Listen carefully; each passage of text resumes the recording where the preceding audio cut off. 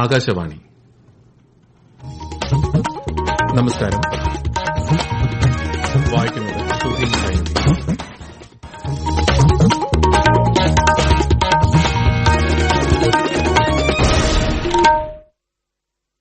പ്രധാന വാർത്തകൾ. ഓപ്പറേഷൻ സിന്ദൂർ ഇന്ത്യയുടെ പ്രതിരോധ നയത്തിൽ പുതിയൊരു വഴിത്തിരിവായി മാറിയെന്ന് പ്രധാനമന്ത്രി നരേന്ദ്രമോദി. പൊതു ഇടങ്ങളിൽ തെരുവ് നായ്കൾക്ക് ഭക്ഷണം നൽകുന്നത് വിലക്കി സുപ്രീംകോടതി. സംസ്ഥാനത്ത് വ്യാജ സൌന്ദര്യവർദ്ധക വസ്തുക്കൾ വിൽക്കുന്നവർക്കെതിരെ ശക്തമായ നടപടി സ്വീകരിക്കുമെന്ന് മന്ത്രി വീണ ജോർജ്. ശബരിമലയിൽ തീർത്ഥാടകരുടെ സുരക്ഷയ്ക്കായി സാങ്കേതിക സമിതി രൂപീകരിക്കാൻ തയ്യാറാണെന്ന് കെഎസ്ഇബി ഹൈക്കോടതിയെ അറിയിച്ചു. ദേശീയ ഗുണനിലവാര പട്ടികയിൽ ഇടം നേടി സംസ്ഥാനത്തെ 2 ആരോഗ്യ സ്ഥാപനങ്ങൾ കൂടി. അംഗീകാരം എറണാകുളം ഫോർട്ട് കൊച്ചി, കോട്ടയം വൈക്കം താലൂക്ക് ആശുപത്രികൾക്ക്. 134ാമത് ഡ്യൂറൻ കപ്പ് ട്രോഫി ഫുട്ബോൾ ടൂർണമെന്റിന്റെ ഫൈനലിൽ നാളെ Diamond Harbour FC North East യുണൈറ്റഡുമായി ഏറ്റുമുട്ടും. വാർത്തകൾ വിശദമായി. ഓപ്പറേഷൻ സിന്ദൂർ ഇന്ത്യയുടെ പ്രതിരോധ നയത്തിൽ പുതിയൊരു വഴിത്തിരിവായി മാറിയെന്ന് പ്രധാനമന്ത്രി നരേന്ദ്രമോദി. ബീഹാറിലെ ഗയയിൽ 13,000 കോടി രൂപയുടെ വികസന പദ്ധതികൾക്ക് തുടക്കം കുറിക്കുകയായിരുന്നു അദ്ദേഹം. പശ്ചിമബംഗാളിൽ 5,200 കോടി രൂപയുടെ പദ്ധതികൾക്കും പ്രധാനമന്ത്രി തറക്കല്ലിട്ടു. ഇന്ത്യൻ ബഹിരാകാശ യാത്രികൻ ശുഭാൻഷു ശുക്ല രാഷ്ട്രപതി ദ്രൌപദി മുർമുവുമായി കൂടിക്കാഴ്ച നടത്തി. രാഷ്ട്രപതി ഭവനിൽ നടന്ന കൂടിക്കാഴ്ചയിൽ ശുക്ല തന്റെ ബഹിരാകാശ അനുഭവങ്ങൾ രാഷ്ട്രപതിയുമായി പങ്കുവച്ചു. Group captain Prashanth Balakrishnan Nair, group captain Punyasloke Biswal, ISRO chairman, secretary തുടങ്ങിയവരും അദ്ദേഹത്തിനൊപ്പമുണ്ടായിരുന്നു. ഗഗൻയാൻ ഉൾപ്പെടെയുള്ള ഭാവി ബഹിരാകാശ ദൌത്യങ്ങൾക്ക് രാഷ്ട്രപതി സംഘത്തിന് ആശംസകൾ നേർന്നു. കേന്ദ്ര സർക്കാരിന്റെ സുസ്ഥിരമായ പ്രവർത്തനങ്ങളിലൂടെ ഇന്ത്യ ലോകത്തെ ഏറ്റവും വലിയ 4 സമ്പദ് വ്യവസ്ഥകളിലൊന്നായി മാറിയെന്ന് കേന്ദ്ര ആഭ്യന്തരമന്ത്രി അമിത്ഷാ. കൊച്ചിയിൽ മാധ്യമ കോൺക്ലേവ് ഉദ്ഘാടനം ചെയ്യുകയായിരുന്നു ശ്രീ അമിത്ഷാ. കൊച്ചിയിൽ നടന്ന ബിജെപി സംസ്ഥാന നേതൃയോഗം ശ്രീ അമിത്ഷാ ഉദ്ഘാടനം ചെയ്തു. കേരള സന്ദർശനത്തിന് ശേഷം അദ്ദേഹം തമിഴ്നാട്ടിലേക്ക് പോയി. പൊതു ഇടങ്ങളിൽ തെരുവ് നായ്കൾക്ക് ഭക്ഷണം നൽകുന്നത് വിലക്കി സുപ്രീംകോടതി. ഇത്തരത്തിൽ ഭക്ഷണം നൽകുന്നതിന് നിയന്ത്രണങ്ങൾ ഏർപ്പെടുത്താനും പ്രത്യേക ഇടങ്ങൾ ഒരുക്കാനും 3-അംഗ ബെഞ്ച് ഉത്തരവിട്ടു. എല്ലാ സംസ്ഥാനങ്ങളും കേന്ദ്രഭരണ പ്രദേശങ്ങളും ഇത് നടപ്പിലാക്കണമെന്നും നിർദ്ദേശിച്ചു. പിടികൂടുന്ന തെരുവ് നായ്ക്കളെ വിട്ടയക്കരുതെന്ന മുൻ ഉത്തരവും കോടതി സ്റ്റേ ചെയ്തു. തെരുവ് നായ വിഷയത്തിൽ ദേശീയ നയം രൂപീകരിക്കേണ്ടതുണ്ടെന്നും സുപ്രീംകോടതി വിലയിരുത്തി. സംസ്ഥാനത്ത് വ്യാജ സൌന്ദര്യവർദ്ധക വസ്തുക്കൾ വിൽക്കുന്നവർക്കെതിരെ കർശനമായ നടപടി സ്വീകരിക്കുമെന്ന് മന്ത്രി വീണ ജോർജ്.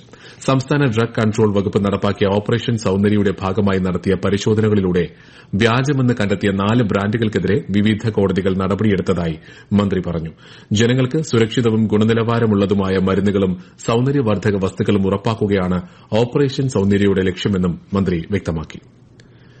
ശബരിമലയിൽ തീർത്ഥാടകരുടെ സുരക്ഷയ്ക്കായി സാങ്കേതിക സമിതി രൂപീകരിക്കാൻ തയ്യാറാണെന്ന് കെഎസ്ഇബി കേരള ഹൈക്കോടതിയെ അറിയിച്ചു. ശബരിമലയിൽ കേരള വാട്ടർ അതോറിറ്റിയുടെ വാട്ടർ കിയോസ്കിൽ നിന്ന് വൈദ്യുതാഘാതമേറ്റ് തീർത്ഥാടകൻ മരിച്ചതിനെ തുടർന്ന് ഹൈക്കോടതി സ്വമേധയാ ഫയൽ ചെയ്ത കേസ് പരിഗണിക്കവെയാണ് നിർദ്ദേശം മുന്നോട്ട് വെച്ചത്. നേരത്തെ കെഎസ്ഇബിക്കും വാട്ടർ അതോറിറ്റിക്കും സമാനമായ അപകടങ്ങൾ തടയുന്നതിന് ആവശ്യമായ എല്ലാ സുരക്ഷാ നടപടികളും നടപ്പാക്കാൻ കോടതി നിർദ്ദേശം നൽകിയിരുന്നു.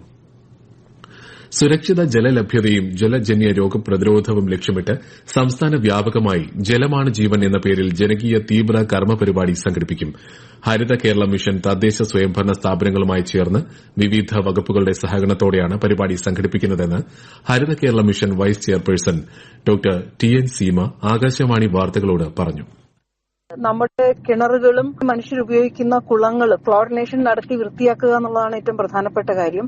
അമീബിക് ജ്വരം പോലെയുള്ള വളരെ ഗുരുതരമായിട്ടുള്ള രോഗങ്ങൾ ചിലയിടത്ത് നമുക്ക് റിപ്പോർട്ട് ചെയ്യുന്നുണ്ട്. കോളിഫോം ബാക്ടീരിയ പോലെയുള്ള പ്രശ്നങ്ങളും നമ്മൾ ഉപയോഗിക്കുന്ന വെള്ളത്തിലുണ്ട് എന്നുള്ളതും ഒരു പ്രശ്നം തന്നെയാണ്. ഈ ഒരു സാഹചര്യത്തിലാണ് ജലമാണ് ജീവൻ എന്ന പേരിൽ പരിപാടിക്ക് നേതൃത്വം നൽകുന്നത്. ഇതിൽ സ്കൂളുകളുമായി ബന്ധപ്പെട്ട് പൊതുവിദ്യാഭ്യാസ വകുപ്പിന്റെ നേതൃത്വത്തിൽ ഓണത്തിന് ശേഷം വലിയൊരു ക്യാമ്പയിൻ സംഘടിപ്പിക്കും. സംസ്ഥാനത്തെ 2 ആരോഗ്യ സ്ഥാപനങ്ങൾക്ക് കൂടി ദേശീയ ഗുണനിലവാര അംഗീകാരങ്ങൾ ലഭിച്ചതായി ആരോഗ്യവകുപ്പ് മന്ത്രി വീണ ജോർജ്. എറണാകുളം ഫോർട്ട് കൊച്ചി താലൂക്ക് ആശുപത്രിക്കും കോട്ടയം വൈക്കം താലൂക്ക് ആശുപത്രിക്കുമാണ് NQAS അംഗീകാരം ലഭിച്ചതെന്ന് മന്ത്രി പറഞ്ഞു. ഇതോടെ സംസ്ഥാനത്ത് NQAS അംഗീകാരം ലഭിച്ച ആരോഗ്യ സ്ഥാപനങ്ങളുടെ എണ്ണം 255 ആയി. ഈ വാർത്തകൾ ആകാശവാണിയിൽ നിന്ന്. ആകാശവാണി വാർത്തകളും വാർത്താ അധിഷ്ഠിത പരിപാടികളും All India Radio News Thiruvananthapuram YouTube ചാനലിലും at All India Radio News Thiruvananthapuram Facebook പേജിലും AIR ന്യൂസ് _ ഇൻസ്റ്റഗ്രാം അക്കൌണ്ടിലും at AIR news _ TVM X ഹാൻഡിലും ലഭ്യമാണ്. അന്തരിച്ച ഇടുക്കി പീരുമേട് MLA വാഴൂർ സോമന് വിട നൽകി നാട്. അദ്ദേഹത്തിന്റെ ഭൌതികദേഹം ഔദ്യോഗിക ബഹുമതികളോടെ പാമ്പനാർ സ്മൃതി മണ്ഡപത്തിൽ സംസ്കരിച്ചു.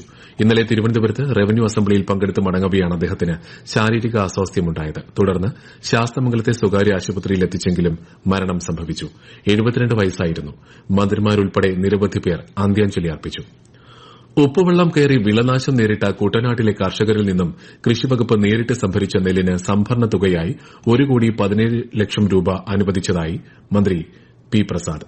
പതിരായ നെല്ല് സംഭരിക്കുന്നതിൽ മില്ലുകാർ വൻതോതിൽ കിഴിവ് ആവശ്യപ്പെടുകയും നെല്ല് സംഭരിക്കുന്നതിൽ വിമുഖത കാണിക്കുകയും ചെയ്ത സാഹചര്യത്തിലാണ് സർക്കാരിന്റെ ഇടപെടൽ. വിശദാംശങ്ങളുമായി ആകാശവാണി ആലപ്പുഴ ജില്ലാ പ്രതിനിധി രവികുമാർ. പാടശേഖരങ്ങളിൽ ഉപ്പുവെള്ളം കയറിയാൽ പിന്നെ നെല്ല് സംഭരിക്കാൻ മില്ലുകാർക്ക് മടിയാണ്. വൻതോതിൽ കിഴിവ് ഇവർ ആവശ്യപ്പെടും. ഈ പ്രശ്നത്തിന് പരിഹാരം കാണാൻ വേണ്ടിയാണ് കൃഷിവകുപ്പ് നേരിട്ട് നെല്ല് സംഭരിച്ചത്. ആലപ്പുഴ, അമ്പലപ്പുഴ, വടക്ക്, പാലമേൽ, മാന്നാർ, വെൺമണി തുടങ്ങിയ 8 സ്ഥലങ്ങളിലെ 335 കർഷകരിൽ നിന്നും കൃഷിവകുപ്പ് നേരിട്ട് നെല്ല് ഏറ്റെടുത്തു. ഒരാഴ്ചക്കുള്ളിൽ നെല്ലിന്റെ വില കർഷകരുടെ അക്കൌണ്ടിൽ എത്തുമെന്ന് കൃഷിവകുപ്പ് മന്ത്രി പി പ്രസാദ് പറഞ്ഞു. കളിക്കളങ്ങളും ആധുനിക പരിശീലന സംവിധാനവും ഏർപ്പെടുത്തി അന്തർദേശീയ കായിക മേളകളിൽ മികച്ച നേട്ടം കൈവരിക്കാൻ കായിക താരങ്ങളെ പ്രാപ്തരാക്കാനാണ് സർക്കാർ ശ്രമിക്കുന്നതെന്ന് മന്ത്രി വി അബ്ദുറഹ്മാൻ. ഈ ലക്ഷ്യം മുൻനിർത്തി സ്കൂളുകളിൽ കളിക്കളങ്ങൾ നിർമ്മിക്കുന്നതിനായി 200 കോടി രൂപ ചെലവിട്ടതായി മന്ത്രി പറഞ്ഞു. Kannur Cherukunnu government boys higher secondary സ്കൂളിലെ കളിക്കളത്തിന്റെ പ്രവൃത്തി ഉദ്ഘാടനം നിർവഹിക്കുകയായിരുന്നു മന്ത്രി.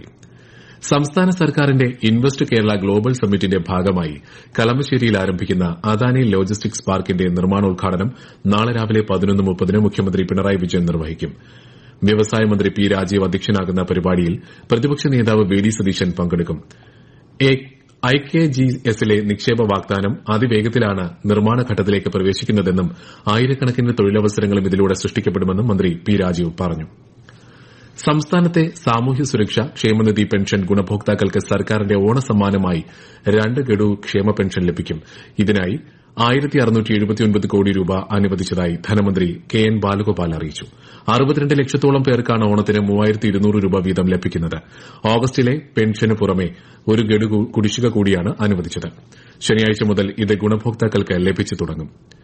ആകാശവാണി കൊച്ചി ക്ലസ്റ്ററിന്റെ ഡെപ്യൂട്ടി ഡയറക്ടർ ജനറലായും ഓഫീസ് മേധാവിയായും ശ്രീ കെ സുബ്രഹ്മണ്യൻ അയ്യർ ചുമതലയേറ്റു. 1998 ബാച്ച് ഇന്ത്യൻ എഞ്ചിനീയറിംഗ് സർവീസിലെ ഉദ്യോഗസ്ഥനായ അദ്ദേഹം രാജ്യത്തെ വിവിധ ദൂരദർശൻ കേന്ദ്രങ്ങളിലും ആകാശവാണി സ്റ്റേഷനുകളിലും സേവനമനുഷ്ഠിച്ചിട്ടുണ്ട്. സംസ്ഥാന ശാസ്ത്ര സാങ്കേതിക പരിസ്ഥിതി കൌൺസിൽ മുൻ ചെയർമാനും രാജ്യാന്തരതലത്തിൽ ശ്രദ്ധേയനായ പ്രശസ്ത രസതന്ത്രജ്ഞനുമായ പ്രൊഫസർ CG രാമചന്ദ്രൻ നായർ അന്തരിച്ചു. 92 വയസ്സായിരുന്നു. വാർദ്ധക്യ സഹജമായ അസുഖങ്ങളെ തുടർന്ന് തിരുവനന്തപുരത്തെ വസതിയിൽ ഇന്നലെയായിരുന്നു അന്ത്യം.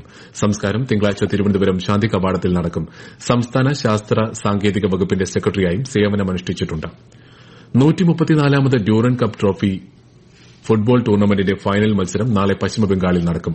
കൊൽക്കത്തയിലെ സാൾട്ട് ലേക്ക് സ്റ്റേഡിയത്തിൽ നടക്കുന്ന പോരാട്ടത്തിൽ Diamond Harbour FC North East യുണൈറ്റഡുമായി ഏറ്റുമുട്ടും. വൈകിട്ട് 5:30 മത്സരം. KCLൽ ആലപ്പി റിപ്പിൾസിനെതിരെ തൃശൂർ ടൈറ്റൻസിന് 7 വിക്കറ്റ് ജയം. ആലപ്പി റിപ്പിൾസ് ഉയർത്തിയ 152 റൺസ് വിജയലക്ഷ്യം 16.3 ഓവറിൽ 3 വിക്കറ്റ് നഷ്ടത്തിൽ തൃശൂർ ടൈറ്റൻസ് മറികടക്കുകയായിരുന്നു. ഇന്ന് നടക്കുന്ന രണ്ടാമത്തെ മത്സരത്തിൽ അല്പസമയത്തിനകം കൊല്ലം സെയിലേഴ്സും ട്രിവാൻഡ്രം റോയൽസും തമ്മിൽ ഏറ്റുമുട്ടും. കാര്യവട്ടം ഗ്രീൻഫീൽഡ് സ്റ്റേഡിയത്തിലാണ് മത്സരങ്ങൾ നടക്കുന്നത്. കോഴിക്കോട് ചികിത്സയിലുള്ള 2 പേർക്ക് കൂടി അമീബിക് മസ്തിഷ്ക ജ്വര ലക്ഷണങ്ങൾ റിപ്പോർട്ട് ചെയ്തു. രോഗം ബാധിച്ച് മരിച്ച താമരശ്ശേരി സ്വദേശി 9-കാരിയുടെ 7 വയസ്സുള്ള സഹോദരനും ചേലേമ്പ്ര സ്വദേശിയായ 59-കാരനുമാണ് അമീബിക് മസ്തിഷ്ക ജ്വര ലക്ഷണങ്ങളോടെ മെഡിക്കൽ കോളേജിൽ ചികിത്സയിലുള്ളത്. നിലവിൽ 3 പേർ കോഴിക്കോട് മെഡിക്കൽ കോളേജിൽ ചികിത്സയിലാണ്. പ്രധാന വാർത്തകൾ വീണ്ടും. ഓപ്പറേഷൻ സിന്ദൂർ ഇന്ത്യയുടെ പ്രതിരോധ നയത്തിൽ പുതിയൊരു വഴിത്തിരിവായി മാറിയെന്ന് പ്രധാനമന്ത്രി നരേന്ദ്രമോദി. പൊതു ഇടങ്ങളിൽ തെരുവ് നായകൾക്ക് ഭക്ഷണം നൽകുന്നത് വിലക്കി സുപ്രീംകോടതി. സംസ്ഥാനത്ത് വ്യാജ സൌന്ദര്യവർദ്ധക വസ്തുക്കൾ വിൽക്കുന്നവർക്കെതിരെ ശക്തമായ നടപടി സ്വീകരിക്കുമെന്ന് മന്ത്രി വീണ ജോർജ്. ശബരിമലയിൽ തീർത്ഥാടകരുടെ സുരക്ഷയ്ക്കായി സാങ്കേതിക സമിതി രൂപീകരിക്കാൻ തയ്യാറാണെന്ന് ഹൈക്കോടതിയെ അറിയിച്ച് KSEB. ദേശീയ ഗുണനിലവാര പട്ടികയിൽ ഇടം നേടിയ സംസ്ഥാനത്തെ 2 ആരോഗ്യ സ്ഥാപനങ്ങൾ കൂടി. അംഗീകാരം എറണാകുളം ഫോർട്ട് കൊച്ചി, കോട്ടയം വൈക്കം താലൂക്ക് ആശുപത്രികൾക്ക്. 134ാമത് ഡ്യൂറന്റ് കപ്പ് ട്രോഫി ഫുട്ബോൾ ടൂർണമെന്റിന്റെ ഫൈനലിൽ നാളെ Diamond Harbour FC North East യുണൈറ്റഡുമായി ഏറ്റുമുട്ടും. പ്രാദേശിക വാർത്തകൾ കഴിഞ്ഞു. അടുത്ത വാർത്താ പ്രക്ഷേപണം രാത്രി 7:25.